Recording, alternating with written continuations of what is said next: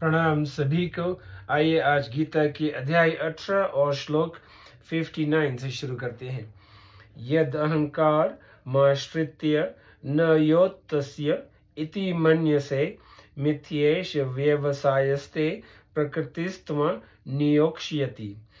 अहंकार का आश्रय लेकर तू ऐसा जो मान रहा है कि मैं युद्ध नहीं करूंगा, तेरा यह निश्चय मिथ्या झूठा है, क्योंकि तेरी शास्त्र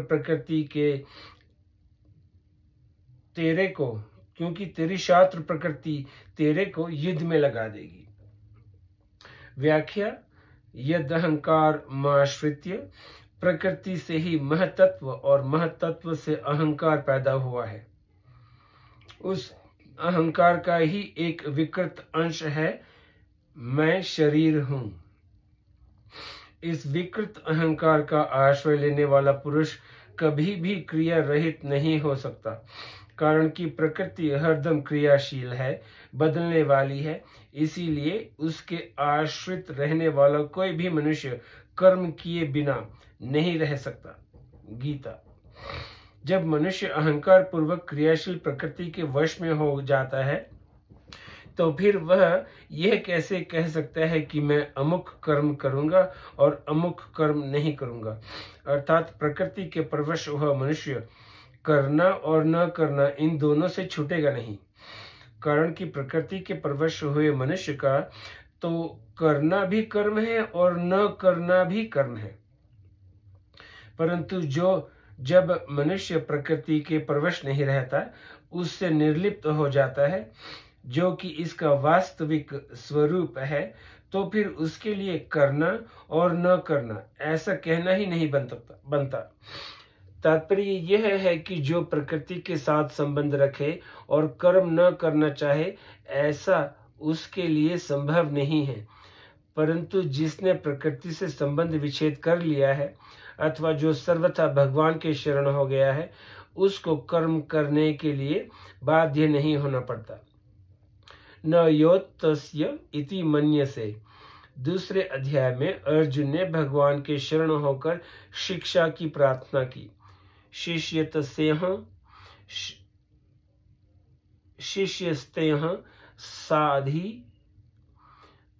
शाधि मां त्वं प्रपन्नम्। और उसके बाद अर्जुन ने साफ साफ यह कह दिया कि मैं युद्ध न करूंगा, न योत्स्य। यह बात भगवान को अच्छी नहीं लगी। भगवान मन में सोचते हैं कि यह पहले तो मेरे शरण हो गया और फिर इसने मुझे मेरे कुछ कहे बिना ही अपनी तरफ से साफ साफ कह दिया कि मैं युद्ध नहीं करूंगा, तो फिर यह मेरी शरणागति कहाँ रही? यह तो अहंकार की शरणागति हो गई, कारण कि वास्तविक शरणागत होने पर मैं ये करूंगा ये नहीं करूंगा ऐसा कहना ही नहीं बनता।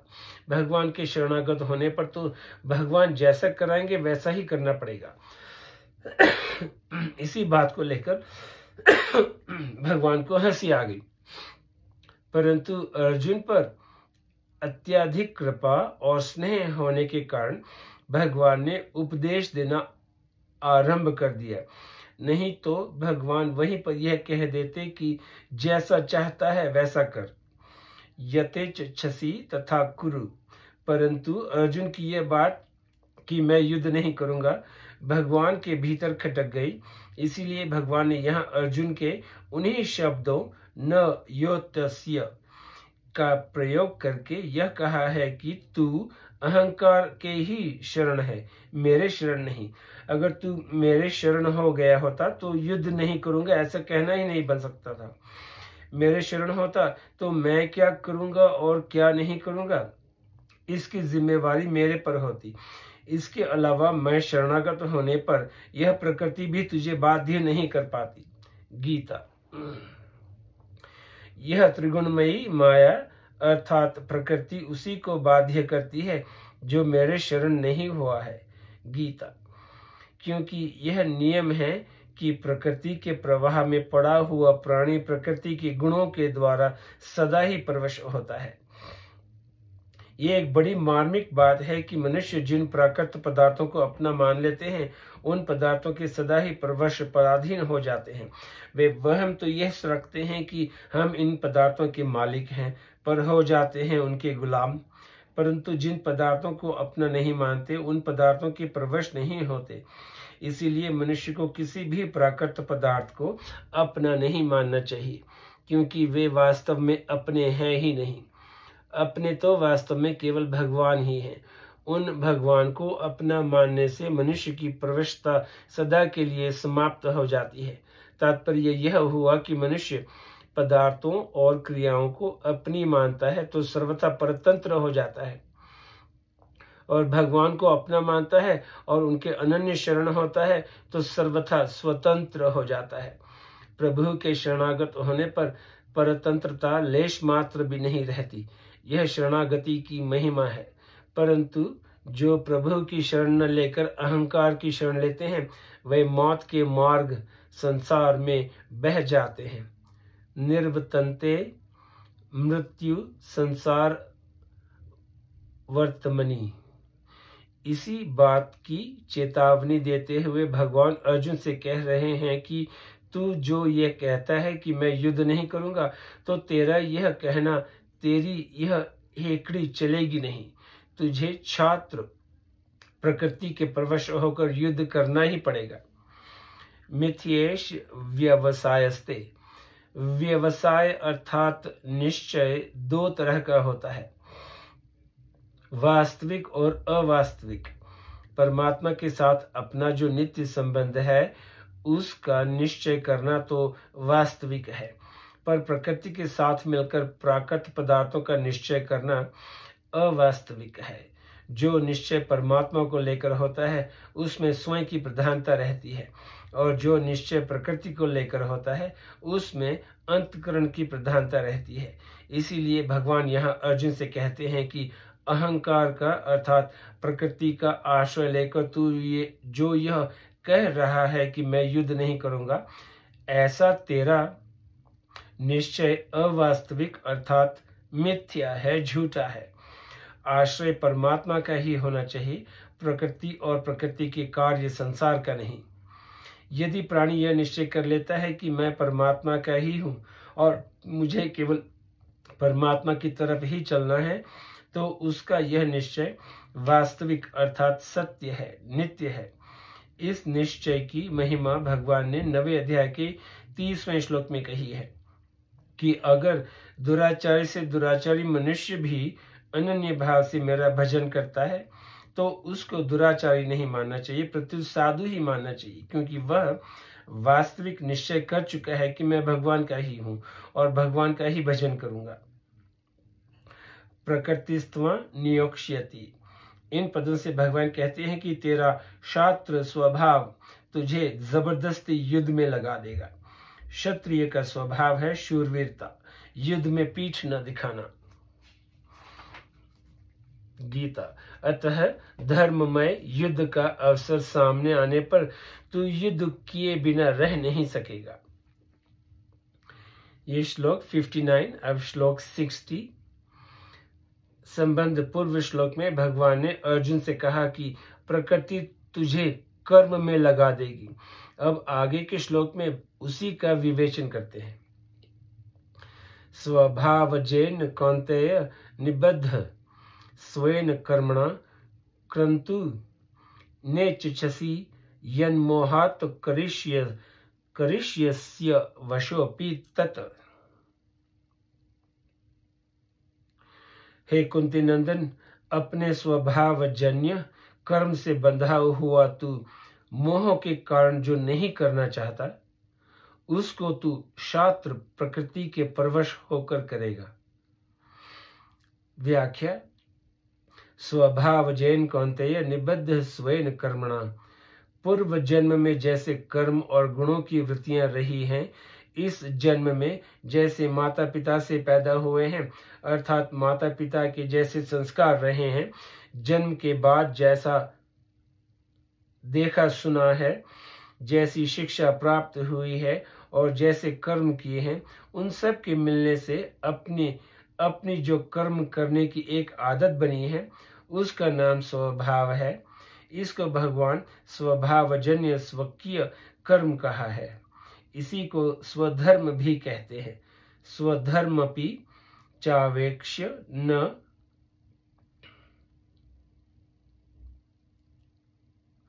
विकम्पितुम महर्षि। गीता।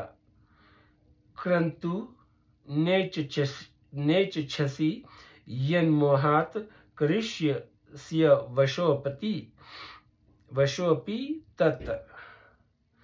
स्वभावजन्य शास्त्र प्रकृति से बंधा हुआ तू मोह के कारण जो नहीं करना चाहता उसको तू परवश होकर करेगा। स्वभाव के अनुसार ही शास्त्रों ने कर्तव्य पालन की आज्ञा दी है। उस आज्ञा में यदि दूसरों के कर्मों की अपेक्षा अपने कर्मों में कमियां अथवा दोष दिखते हों तो भी वे दोष बाधक नहीं होते। श्रेयान् सर्वधर्मो विगुण परधर्मात्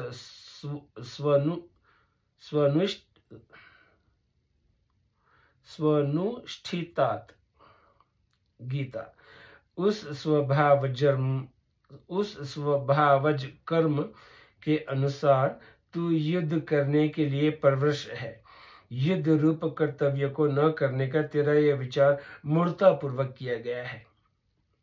जो जीवन मुक्त महापुरुष होते हैं उनका स्वभाव सर्वथा शुद्ध होता है, अतः उन पर स्वभाव का अधिपत्य नहीं रहता, अर्थात वे स्वभाव के परवश नहीं होते। फिर भी वे किसी काम में प्रवृत्त होते हैं तो अपनी प्रकृति स्वभाव के अनुसार ही काम करते हैं, परंतु साधारण मनुष्य प्रकृति के प्रवश होते हैं, इसीलिए उनका स्वभाव उनको जबरदस्ती कर्म में लगा देता है। गीता।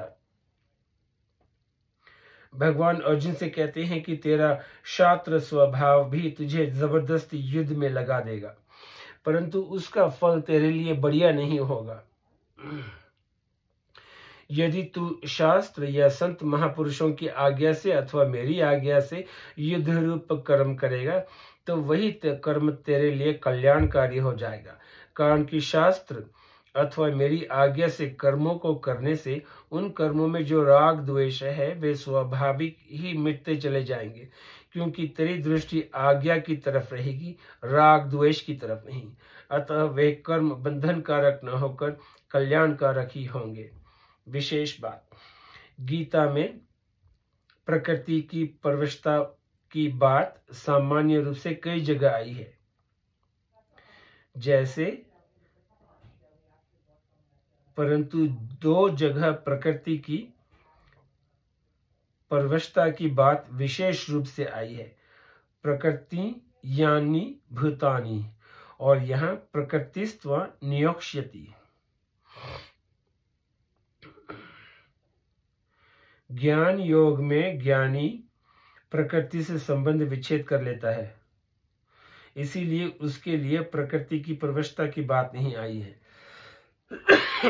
इससे स्वभाव की प्रबलता ही सिद्ध होती है, क्योंकि कोई भी प्राणी जिस किसी योनि में भी जन्म लेता है उसकी प्रकृति अर्थात स्वभाव उसके साथ में रहता है। अगर उसका स्वभाव परम शुद्ध हो अर्थात स्वभाव में सर्वथा असंगता हो तो उसका जन्म ही क्यों होगा। यदि उसका जन्म होगा तो उसमें स्वभाव की ही मुख्यता रहेगी। कारणं गुणसंगस्य सद सघो निजन्मसु। गीता। जब स्वभाव की ही मुख्यता अथवा परवशता रहेगी और प्रत्येक क्रिया स्वभाव के अनुसार ही होगी तो फिर शास्त्रों का विधि निषेध किस पर लागू होगा। गुरुजनों की शिक्षा किसके काम आएगी और मनुष्य दुर्गुण दुराचारों का त्याग करके सद्गुण सदाचारों में कैसे प्रवृत्त होगा। उपयुक्त प्रश्नों का उत्तर यह है कि जैसे मनुष्य गंगा जी के प्रवाह को रोक तो नहीं सकता पर उसके प्रवाह को मोड़ सकता है, घुमा सकता है, ऐसे ही मनुष्य अपने वर्णोचित स्वभाव को छोड़ तो नहीं सकता पर भगवत प्राप्ति का उद्देश्य रखकर उसको राग द्वेष रहित परम शुद्ध निर्मल बना सकता है। तात्पर्य यह हुआ कि स्वभाव को शुद्ध बनाने में मनुष्य मात्र सर्वथा सबल और स्वतंत्र है, निर्बल और परतंत्र नहीं है। निर्बलता और परतंत्रता तो केवल राग द्वेष होने से प्रतीत होती है। अब इस स्वभाव को सुधारने के लिए भगवान ने गीता में कर्म योग और भक्ति योग की दृष्टि से 2 उपाय बताए हैं। कर्म योग की दृष्टि से 3 अध्याय के 34वें श्लोक में भगवान ने बताया है कि मनुष्य की खास शत्रु राग द्वेष ही हैं। अतः राग द्वेष के वश में नहीं होना चाहिए, अर्थात राग द्वेष को लेकर कोई भी कर्म नहीं करना चाहिए। प्रत्युत शास्त्र की आज्ञा के अनुसार ही प्रत्येक कर्म करना चाहिए। शास्त्र की आज्ञा के अनुसार अर्थात शिष्य गुरु की, पुत्र माता पिता की, पत्नी पति की और नौकर मालिक की आज्ञा के अनुसार प्रसन्नता पूर्वक सब कर्म करता है तो उसमें राग द्वेष नहीं रहते, कारण कि अपने मन के अनुसार कर्म करने से ही राग द्वेष पुष्ट होते हैं। शास्त्र आदि की आज्ञा के अनुसार कार्य करने से और कभी दूसरा नया कार्य करने की मन में आ जाने पर भी शास्त्र की आज्ञा न होने से हम वह कार्य नहीं करते तो उससे हमारा राग मिट जाएगा। और कभी कार्य को न करने की मन में आ जाने पर भी शास्त्र की आज्ञा होने से हम वह कार्य प्रसन्नता पूर्वक करते हैं तो उससे हमारा द्वेष मिट जाएगा। भक्ति योग की दृष्टि से जब मनुष्य ममता वाली वस्तुओं के सहित स्वयं भगवान के शरण हो जाता है तब उसके पास अपना करके कुछ नहीं रहता।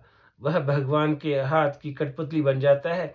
फिर भगवान की आज्ञा के अनुसार, उनकी इच्छा के अनुसार ही उसके द्वारा सब कार्य होते हैं, जिससे उसके स्वभाव में रहने वाले राग द्वेष मिट जाते हैं। तात्पर्य यह हुआ कि कर्म योग में राग द्वेष के वशीभूत न होकर कार्य करने से स्वभाव शुद्ध हो जाता है, गीता। और भक्ति योग में भी भगवान के सर्वथा अर्पित होने से स्वभाव शुद्ध हो जाता है, गीता। स्वभाव शुद्ध होने से बंधन का कोई प्रश्न ही नहीं रहता। मनुष्य जो कर्म करता है वह कभी राग द्वेष के वशीभूत होकर करता है और कभी सिद्धांत के अनुसार करता है। राग द्वेष पूर्वक कर्म करने से राग द्वेष दृढ़ हो जाते हैं और फिर मनुष्य का वैसा ही स्वभाव बन जाता है। सिद्धांत के अनुसार कर्म करने से उसका सिद्धांत के अनुसार ही करने का स्वभाव बन जाता है।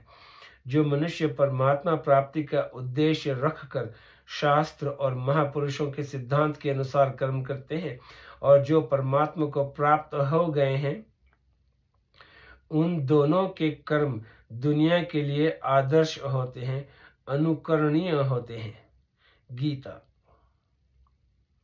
ये श्लोक 60, फिर कल श्लोक 61 से शुरू करेंगे। आपका बहुत बहुत शुक्रिया। नमस्ते।